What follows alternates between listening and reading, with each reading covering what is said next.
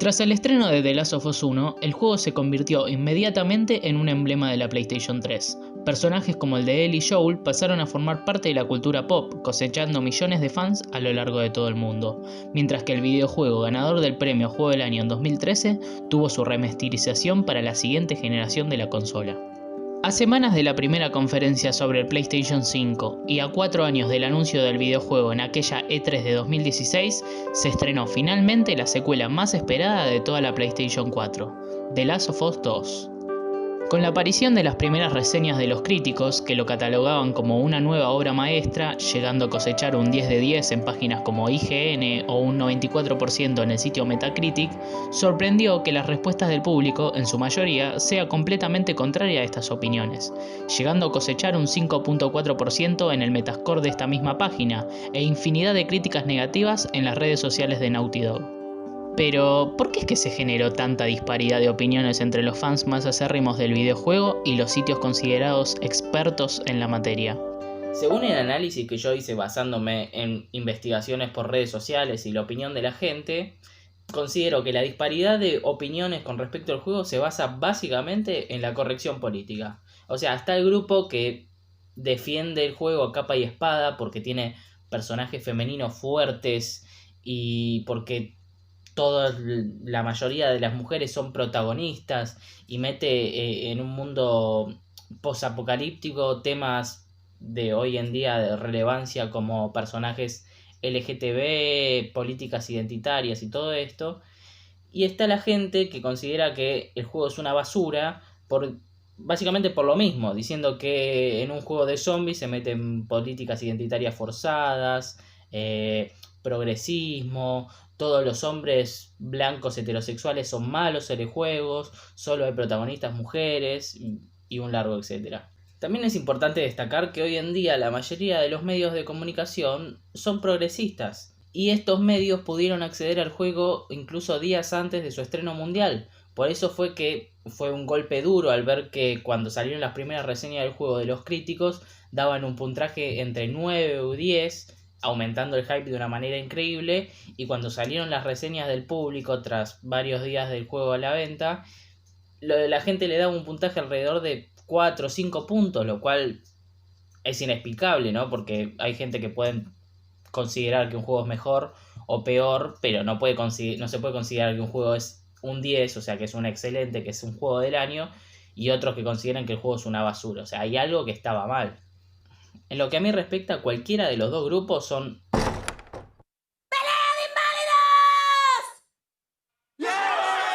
pero si tengo que posicionarme en alguno de los dos, o no más bien posicionarme, sino dar mi opinión con respecto a esto, yo estoy más del lado de que el juego es verdad que mete políticas identitarias y personajes trans y tiene mujeres fuertes, pero a mí no me parece para nada forzado esto. O sea, a ver, el personaje de Ellie, que es la protagonista, ¿es lesbiana? Sí, pero es algo que se sabe desde 2013 cuando salió el DLC del 1.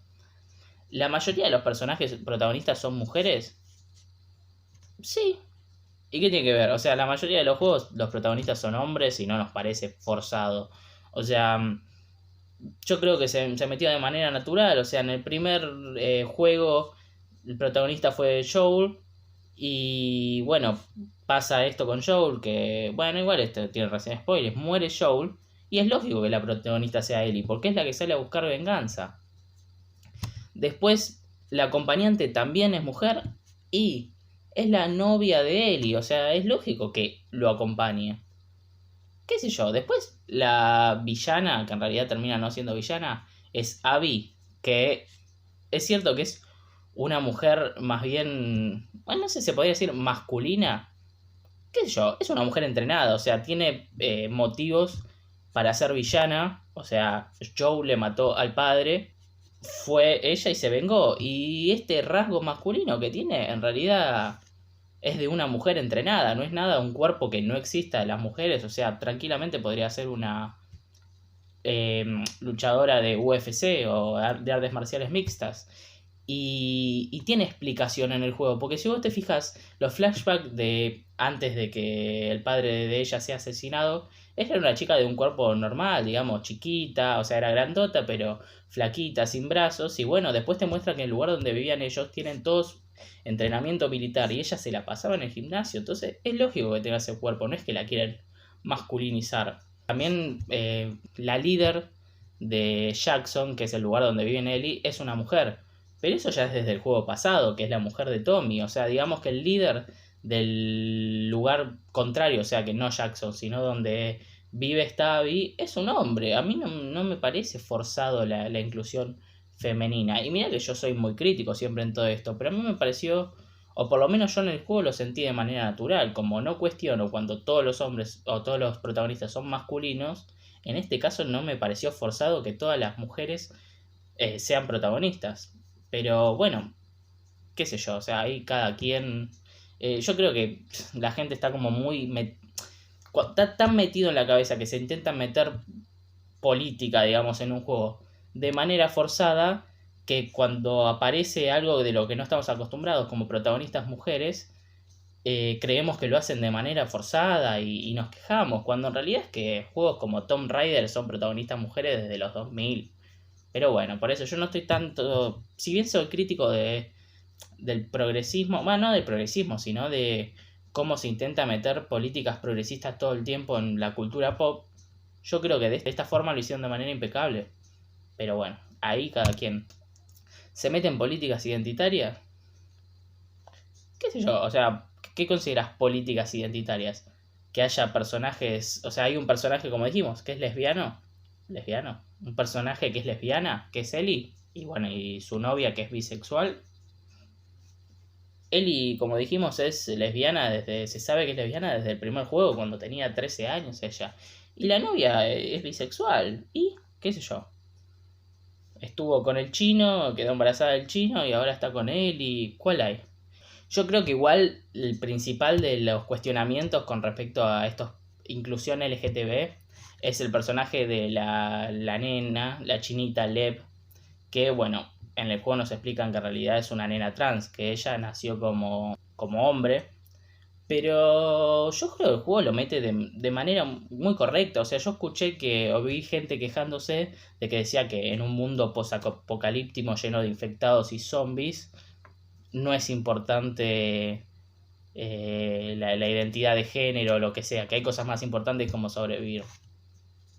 Sí, es cierto que sobrevivir tienes lo más importante ahí, pero imagínate, o sea, para una... el problema reside en que la nena nació como nene, o sea, y se sentía mal con eso, pero lo que hace que se enfrente a su gente por querer ser un nene es que a ella, estamos hablando de que el grupo de Scars era un grupo religioso, extremista. O sea que el problema no era que ella lo hizo de rebelde, de quiero ser nene y me pelo, sino que los Scars tenían determinado las mujeres qué rol iban a ocupar.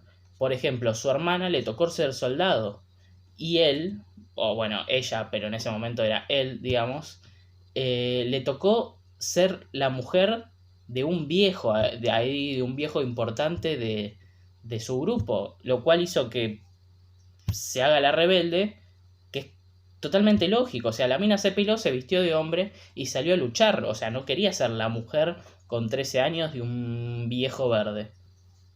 O sea, a mí me parece totalmente natural la inclusión de... Sí, es cierto, o sea, yo entiendo que lo metieron de manera no forzada, pero que lo metieron a propósito. Dijeron, bueno, vamos a desligarnos un poco de esto de que hacen todos, de lo más importante es sobrevivir a los zombies y vamos a hablar de problemas que puede tener cualquier adolescente. Pero es así, o sea, vos podés estar en una situación extrema, como lo es un apocalipsis zombie. Y eso no te va a quitar lo trans. O sea, si vos sos una nena de 13 años que es transgénero y que está rodeada de un grupo religioso que la fuerza a hacer lo que no quiere él, es importante para esa persona. La cabeza de esa persona, para la cabeza de esa persona va a ser lo más importante, no sobrevivir. También se habló mucho de la inclusión de la marihuana en una escena que a mí no me pareció forzada, porque sí, es cierto, vos decís, en medio de un caos como lo que se está pasando, incluir una escena donde él y la novia encuentran marihuana y se ponen a fumarla ahí y después garchan y pasa el tiempo. Qué sé yo, él y la novia tienen 18 años. Es algo normal que haría cualquier adolescente. O sea, están en un mundo donde todo el tiempo tienen que estar peleando, con miedo a morir. Y qué sé yo, tenés 18 años, estás con las hormonas a full. Te encontraste una plantación de marihuana y no te das cuenta. Es una irresponsabilidad de una persona de 18 años. Tipo, todo el mundo cree que Ellie es Rick de The Walking Dead. Y no, es un adolescente de 18 años. Se encontró marihuana, se fumó un churrito con la novia y terminaron garchando. Y aparte se utilizó muy bien porque te explica que la irresponsabilidad de Ellie hizo que Joel muriera, porque él y la novia estaban buscando a Joel que no aparecían, y todo ese tiempo que se tomaron fumándose un porro y garchando hizo que Joel muriera, que no llegara a tiempo para salvarlo.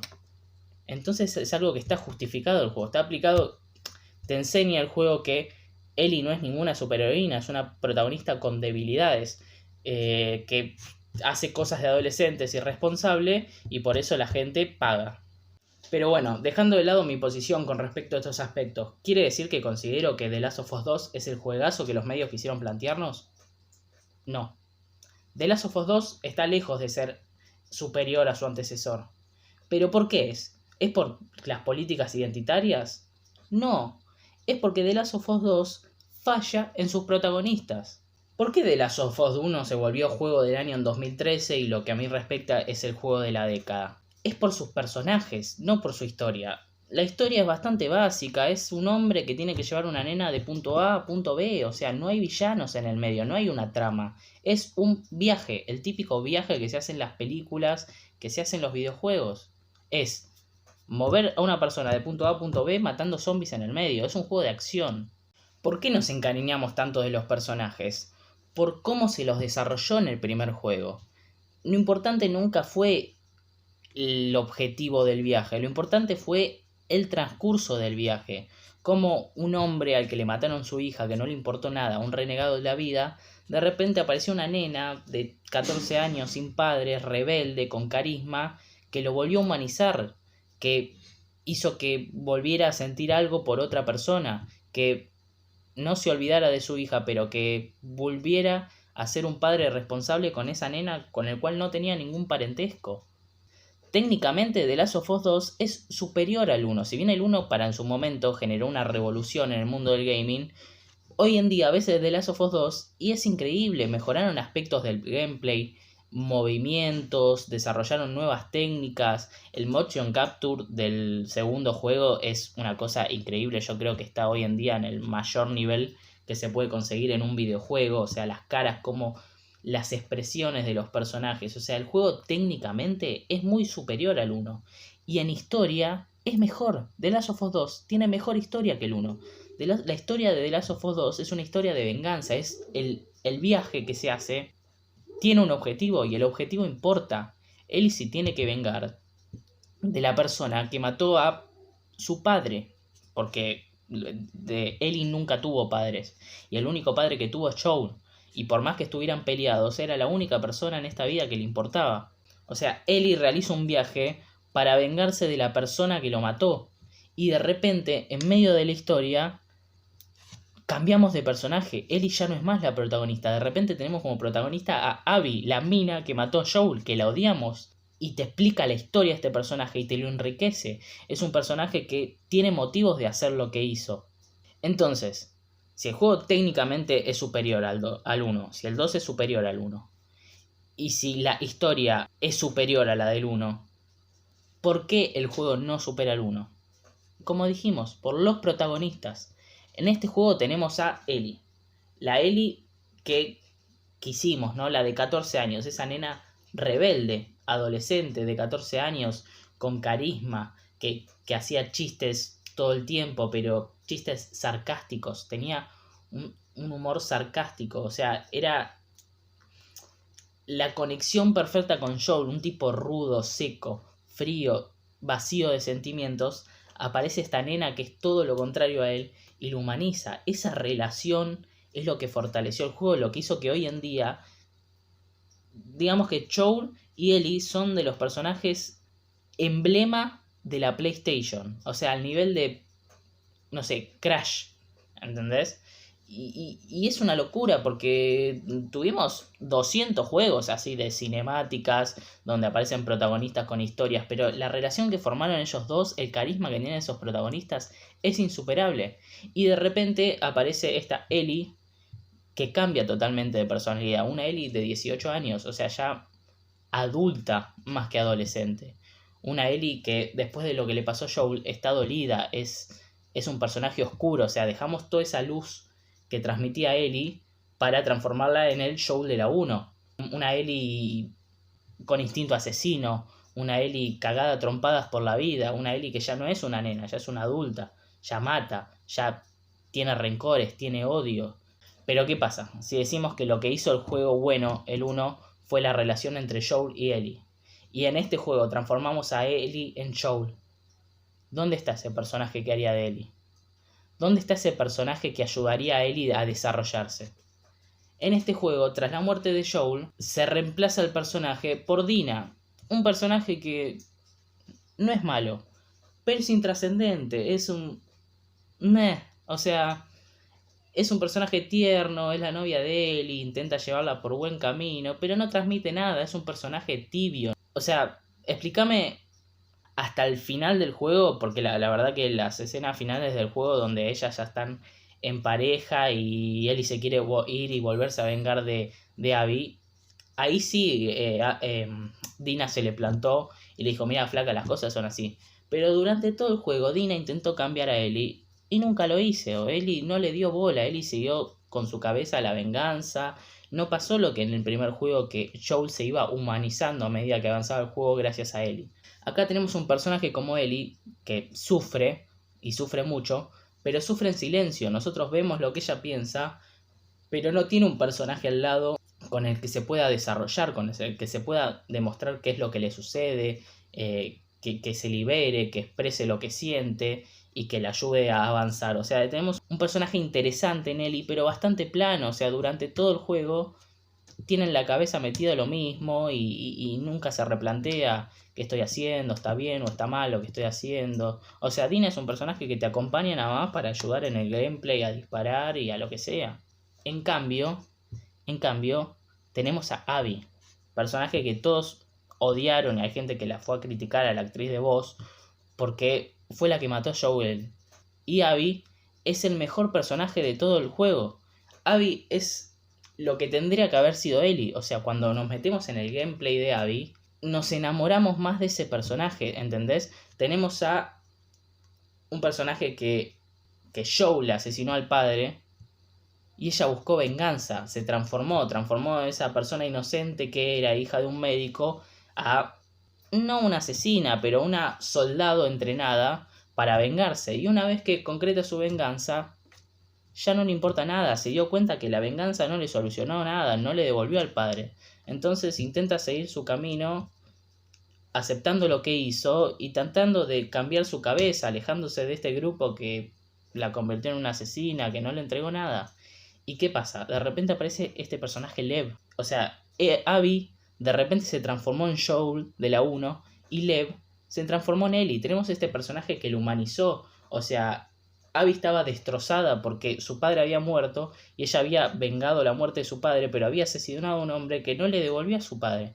Y aparece esta nena Lev que lo humaniza, le da motivos para seguir adelante. O sea, en el juego nunca se da a entender que, no sé, Abby se va a matar, pero sí se da a entender que Abby no tenía ningún rumbo después de concretar su venganza. Y Lev le dio motivos de vida, le hizo ser la hermana mayor y le surgió desde adentro ayudar a una nena que no conoce, que encima era del grupo enemigo, pero que le salvó la vida y le debía algo y ayudó a ella y a su hermana a escapar. Y después te explica el motivo de por qué la nena se estaba escapando, como dijimos al principio del juego, que era un personaje trans y la querían matar porque ella pertenecía a un grupo de religiosos extremistas. Y es un juego que desarrolló, que se animó a desarrollar la villana y nos planteó que no hay ni personajes buenos ni personajes malos. Hay personas que están intentando sobrevivir y a veces el que crees que es bueno en realidad hace cosas malas, y el que crees que es malo también hace cosas buenas. Y cuando volvemos a Ellie, no nos interesa mucho lo que pasa. Es como, bueno, sí, qué sé yo, Ellie la está yendo a buscar y está buscando venganza, pero nosotros, o el que le gustó, o sea, el que entendió el juego, porque hay gente que sigue odiando a Abby, a pesar de que te explicaron por qué hacía lo que hacía, ya no te importa lo que haga Ellie, es como, ya está, o sea, vos viste lo que pasó por Abby y decís, Ellie, no tiene sentido que te vengues, no queremos que te vengues, o sea, vos la pasaste mal, ella lo pasó mal, ella se vengó, vos le asesinaste a todos sus amigos, ya está, no va a llevar a ningún lado esta lucha. Y de repente tenemos escenas donde Ellie recuerda su pasado, o sea, a través de flashback volvemos a tener un gameplay jugable con Joel y nos encanta. O sea, ya no nos deja de importar la historia principal, por eso lo que digo, la historia de venganza está buena, pero no es relevante. De repente tenemos una escena del cumpleaños número de 15 de Ellie, donde Joel la lleva a conocer el museo de dinosaurios. Y es un juego que no... Es una escena de como, no sé, es un gameplay jugable de 30 minutos que no provoca un avance en la historia, sino que sirve nada más para desarrollar a los personajes. Y nos encanta. O sea, tenemos una escena vacía de 30 minutos donde lo único que se hace es desarrollar aún más la relación que tenían Joel y la Ellie de 15 años y nos encanta, no queremos volver a la historia principal.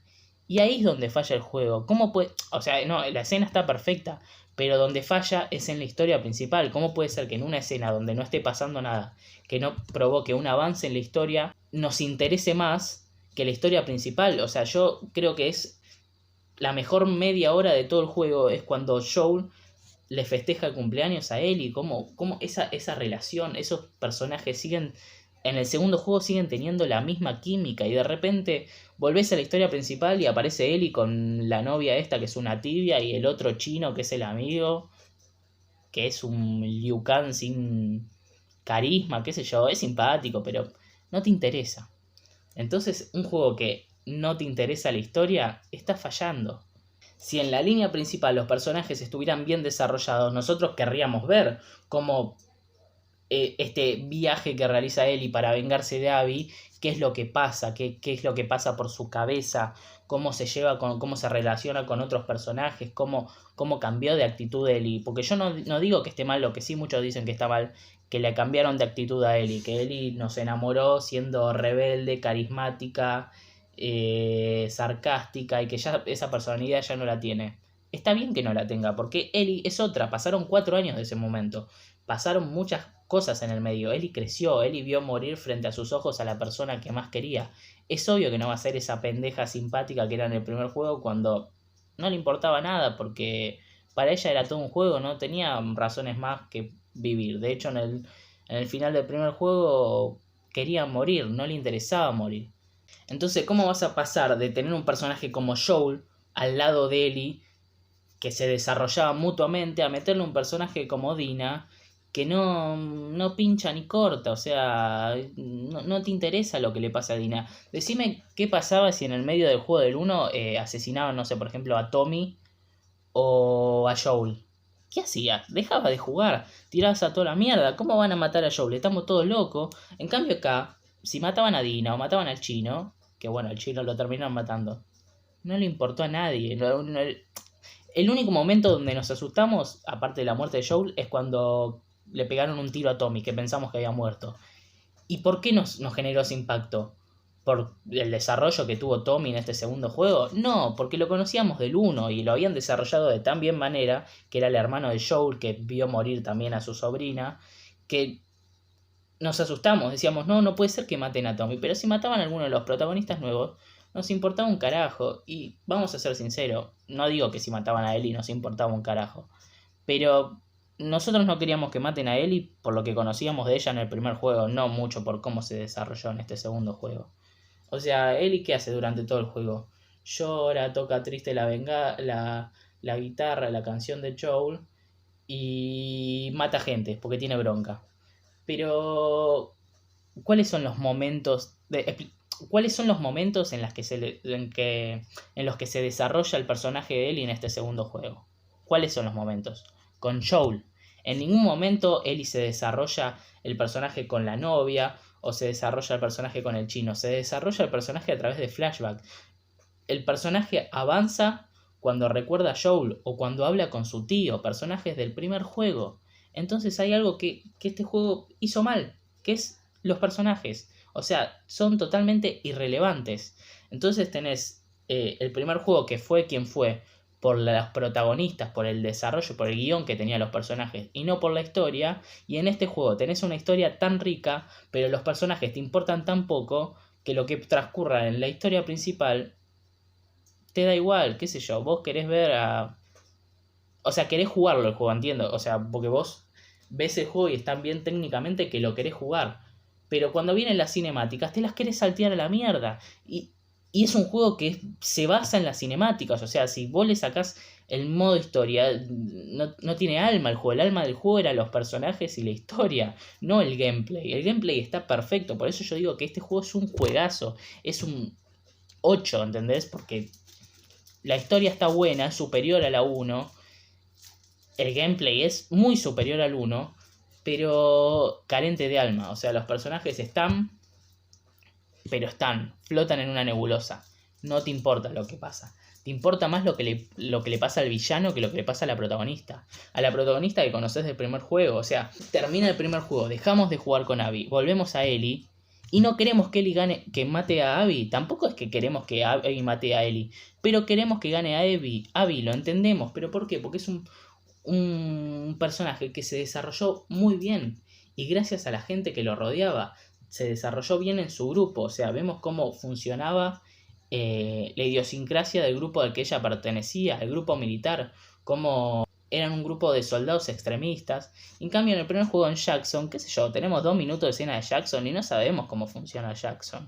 O sea, en cambio, del lado de Abby sabemos cómo funciona su grupo, cómo piensan, por qué ella quiere alejarse. Vemos cómo se desarrolla su personaje, por ejemplo, cuando está con el pibe este, que, bueno, cuando ella era más chica era su novio y de repente se fue con otra del grupo y lo embarazó. Vemos cómo se siente ella por matar al personaje de Joel. O sea que no es ese enemigo de vamos a odiarlo porque lo pusimos para que mate a Joel y para que lo odiemos. No.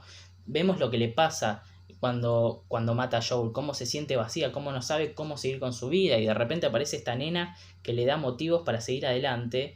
Y no es que quiera arreglar las cosas con Ellie, pero ya no quiere saber nada. Tipo, ya no tiene ganas de vengarse de Ellie. Cuando se enteró que Ellie le mató, o sea, Ellie le mató a todos sus amigos, le mató al exnovio que lo seguía amando, y no le importó, la dejó vivir, le dio una segunda oportunidad. Eso es un personaje bien desarrollado. Pero ¿qué es lo que pasa? No es la protagonista es Ellie. Bueno, igual ella sí es antagonista, pero nosotros lo que queríamos era ver qué le pasaba a Ellie, y todo el desarrollo que tendría que haber tenido Ellie lo tuvo Abby. Y eso es lo que nos da bronca, eso hace que el juego no sea superior al 2, al 1, porque nos encariñamos forzosamente, sí, porque el juego lo hace a propósito, pero nos encariñamos de alguien que no queremos encariñarnos y no nos termina importando el personaje que tanto queríamos el 1 como Ellie. Así que por eso es que yo considero que el juego falla, pero es un juegazo, tiene una historia genial, tiene unas mecánicas que es una locura, es un 8, un 8.50. Pero The Last of Us 1 es un 10. Nada lo va a superar. Es el juego del año, es el juego de la década. Tienen los personajes más memorables de toda la PlayStation. Es increíble. Yo creo que no hay relación. O sea, no vi una relación tan... Esa conexión que formaron en el primer juego Ellie y Joel, no lo vi en otro videojuego. O sea, sí lo vi en películas, qué sé yo. Tenemos películas como León o películas como, bueno, la última, este recurso que tanto funcionó en la última película de Wolverine, pero va a quedar para los libros de historia los personajes de Ellie y Joel. ¿Por qué fue que tuvo tanto éxito, por ejemplo, el de The Walking Dead de 2012, el de Telltale Games, el juego? ¿Por su historia? Qué sé yo, es la misma historia de The Walking Dead y de un montón de juegos. Lo importante eran sus protagonistas, cómo se desarrollaron y la relación que formaron entre sí, que te importaban cuando morían. ¿Qué pasaba si el personaje de Clementine o Lee lo reemplazabas por otro? el juego no tenía más sentido, porque el gameplay no importaba, porque la historia no importaba. Era gente que intentaba sobrevivir a Apocalipsis Zombie, lo importante era cómo se desarrollaba cada personaje y cómo se integraban entre sí y cómo funcionaban como comunidad, como grupo. Eso era lo importante. Y The Last of Us 1 hizo lo mismo. Por eso yo digo que aprovechemos y apreciemos The Last of Us 1, porque no va a existir nada igual en mucho tiempo, o por lo menos alguien que se anime a hacer lo que se hizo en el primer juego. The Last of Us 2 es un juegazo, no lo bardeen más. Quiero dejar un mensaje: están bardeando a la actriz de voz que hace de Abby porque el personaje no te gustó. El personaje es un personajazo, pero más allá de eso, ¿cómo vas a bardear a la actriz de voz porque su personaje mató al protagonista que vos querías? O sea, ¿sos tonto? O sea, ¿cómo vas a hatear a una mujer que hace su trabajo? Yo no lo puedo creer. O sea, estamos todos locos. Este mundo está loco que bardeamos a un actor por interpretar un personaje que no nos gusta. Es una locura. Pero bueno, no nos quejemos más. Disfruten de los juegos. ¿Te gusta The Last of Us 2? Jugalo, aprovechalo, revisionalo y te vas a dar cuenta que es un buen juego. ¿Y no te gusta el 1? Jugá al 1, rejugalo las veces que quieras. Los juegos son para divertirse. No para andar quejándose en redes sociales. Hicieron un juego que no me gusta. ¿No te gusta este? Jugá al otro. Y la historia está ahí por algo. ¿No te gusta el nuevo? Nada te impide a seguir jugando al viejo. Disfrutá del que te gusta. Pero no te quejes del trabajo de alguien más de manera tan simple, saliendo a bardear, porque detrás de ese juego que no te gustó hubo mucho trabajo. ¿El juego falla? Sí, falla, pero también tiene sus cosas buenas. Uno puede criticar las cosas, como lo estoy haciendo yo, las cosas malas, explicar por qué no te gusta tal cosa o en dónde falla tal juego, para que los errores no se vuelvan a repetir. Pero no subestimen el trabajo de los demás, porque The Last of Us 2 tiene un trabajo de la concha de su madre. Es un juego que no sé cuántos años tuvo de desarrollo, pero tuvo por lo menos entre juego y juego. Yo estoy seguro que en todos los años, cuando terminó el primer juego, se empezó a desarrollar el segundo. Así que acuérdense de esto, disfruten de los juegos y como diría mi amigo Axel KSS, arre que no es mi amigo, pero me gusta mucho su contenido, jueguen limpio.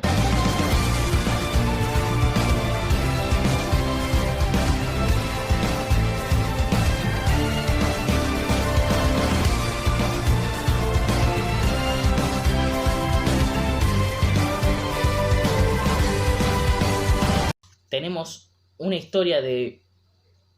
Maybe I don't understand this. You're changing, I can't stand it.